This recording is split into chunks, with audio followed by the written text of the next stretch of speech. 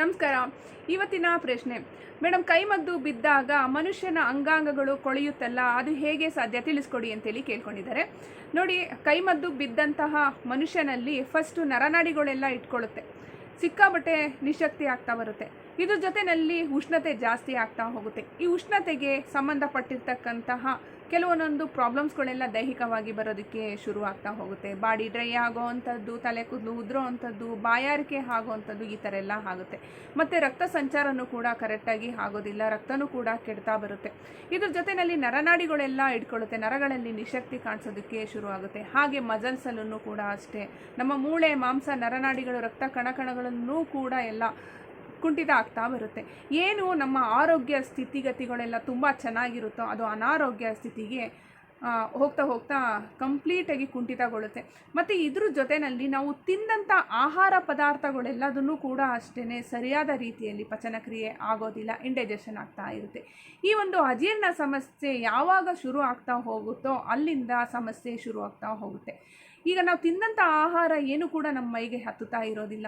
ಆ ಆಹಾರ ಪದಾರ್ಥಗಳೆಲ್ಲ ಏನಾಗುತ್ತೆ ಅಂದರೆ ಕೊಳಿತಾ ಬರುತ್ತೆ. ಕೊಳೆತು ಹುಳು ಯಾವ ರೀತಿಯಾಗಿ ಒಂದು ಮೊಸರು 1-2-3 ದಿವಸ ಬಿಟ್ಟರೆ ಹುಳು ಆಗುತ್ತಲ್ಲ, ಅದೇ ಪ್ರಕಾರವಾಗಿ ದೈಹಿಕವಾಗಿ ಹುಳು ಆಗ್ತಾ ಹೋಗುತ್ತೆ. ನಾನು ಕೆಲವೊಂದು ವಿಡಿಯೋದಲ್ಲಿ ಹೇಳಿದ್ದೀನಿ ಮಾಯಾ ಹುಳು ಅಂತೇಳಿ.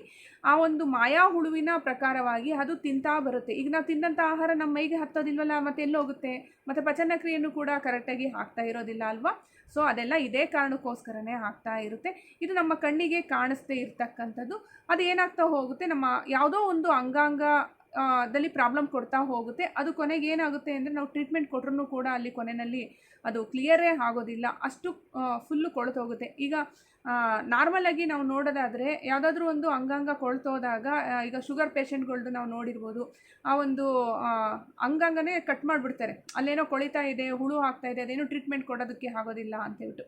ಆದರೆ ಇದು ನಮ್ಮ ಕಣ್ಣಿಗೆ ಕಾಣಿಸ್ದೇ ಇರ್ತಕ್ಕಂಥದ್ದು.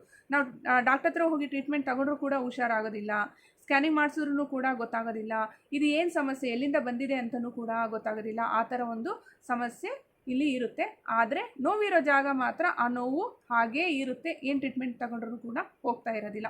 ಇದಕ್ಕೆ ಒಂದು ಒಳ್ಳೆಯ ಉಪಾಯ ಏನಪ್ಪ ಅಂತ ಅಂದರೆ, ನಿಮಗೆ ಕೈಮದ್ದು ಹಾಕಿರಲಿ ಬಿಡಲಿ, ಮಾಟ ಮಂತ್ರ ಮಾಡಿರಲಿ ಬಿಡಲಿ, ಏನೇ ಇದ್ರೂ ಕೂಡ ಅಷ್ಟೇ, ಆದಷ್ಟು ಎಲ್ಲ ಜನಗಳು ಅರಳಿ ಮರ ಮತ್ತು ಬೇವಿನ ಮರವನ್ನು ನೀವು ಪ್ರದಕ್ಷಿಣೆ ಹಾಕ್ತಿರಲ್ಲ ಯಾವಾಗಾದರೂ ಹೋದಾಗ, ಹಾಕಬೇಕಾದ್ರೆ ನೀವು ಅರಳಿ ಮರವನ್ನು ನೀವು ತಪ್ಕೊಂಡು ನೋಡಿ, ಈ ಹಣೆ ಭಾಗ ಇದೆ, ಇದೇ ಅರಳಿ ಮರ ಅಂತ ತಿಳ್ಕೊಳ್ಳಿ. ಈ ಹಣೆನ ಹೀಗೆ ಟಚ್ ಮಾಡಬೇಕು, ಟಚ್ ಮಾಡಿ ತಪ್ಕೋಬೇಕು.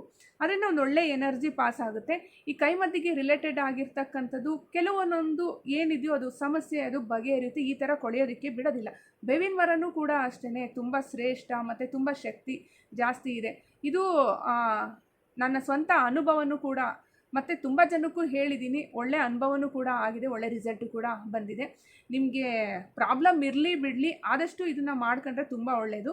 ಅದರಲ್ಲೂ ಈಗ ಕೈಮದ್ದು ಬಿದ್ದಿರೋ ಅಂಥ ವ್ಯಕ್ತಿಗಳಿಗೂ ಸುಮಾರು ಕೆಲವೊಂದೊಂದು ನಾನು ಹೇಳ್ತಾ ಇರ್ತೀನಿ. ಆದರೂ ಕೂಡ ಕೆಲವೊಬ್ಬರು ಕೇಳ್ತಾರೆ, ಕೆಲವೊಬ್ಬರು ಕೇಳೋದೇ ಇಲ್ಲ. ಏನೂ ಮಾಡೋಕ್ಕಲ್ಲ.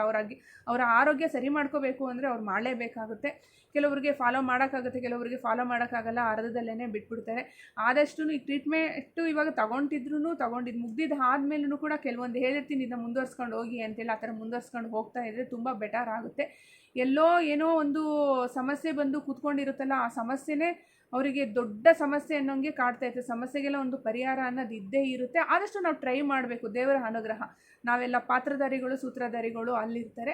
ಬಟ್ ನಮ್ಮ ಪ್ರಯತ್ನ ನಾವು ಮಾಡಲೇಬೇಕಾಗುತ್ತೆ. ಪ್ರಯತ್ನಕ್ಕೆ ಫಲ ಅನ್ನೋದು ಇದ್ದೇ ಇರುತ್ತೆ. ಕೆಲವೊಂದೊಂದು ಕರ್ಮಗಳನ್ನು ಕೂಡ ನಾವು ನಿವಾರಣೆ ಮಾಡ್ಕೋಬೇಕಾಗುತ್ತೆ. ನಾನು ಹೇಳಿರ್ತೀನಿ, ಅದನ್ನು ನೀಟಾಗೆಲ್ಲ ಫಾಲೋ ಮಾಡ್ತಾ ಹೋದರೆ ಖಂಡಿತವಾಗಿಯೂ ರಿಸಲ್ಟು ಬಂದೇ ಬರುತ್ತೆ. ಮತ್ತು ತುಂಬ ಮಿತಿಮೀರಿರ್ತಕ್ಕಂಥದ್ದು ಎಲ್ಲೋ ಒಬ್ಬೊಬ್ಬರು ಲಕ್ಕು ಗುಣ ಆಗೋ ಅಂಥದ್ದು. ನೋಡೋಲ್ಲ ವೀಕ್ಷಕರೇ, ಇವತ್ತಿನ ಈ ವಿಡಿಯೋ ಇಷ್ಟದ ಲೈಕ್ ಮಾಡಿ, ನೆಕ್ಸ್ಟ್ ವೀಡಿಯೋಸ್ಕೊಂಡು ನೋಡಬೇಕಂದ್ರೆ ಸಬ್ಸ್ಕ್ರೈಬ್ ಮಾಡ್ಕೊಂಡು ನೆಕ್ಸ್ಟ್ ಇನ್ನೊಂದು ಒಳ್ಳೆಯ ವಿಡಿಯೋದೊಂದಿಗೆ ಭೇಟಿಯಾಗೋಣ. ನಮಸ್ಕಾರ.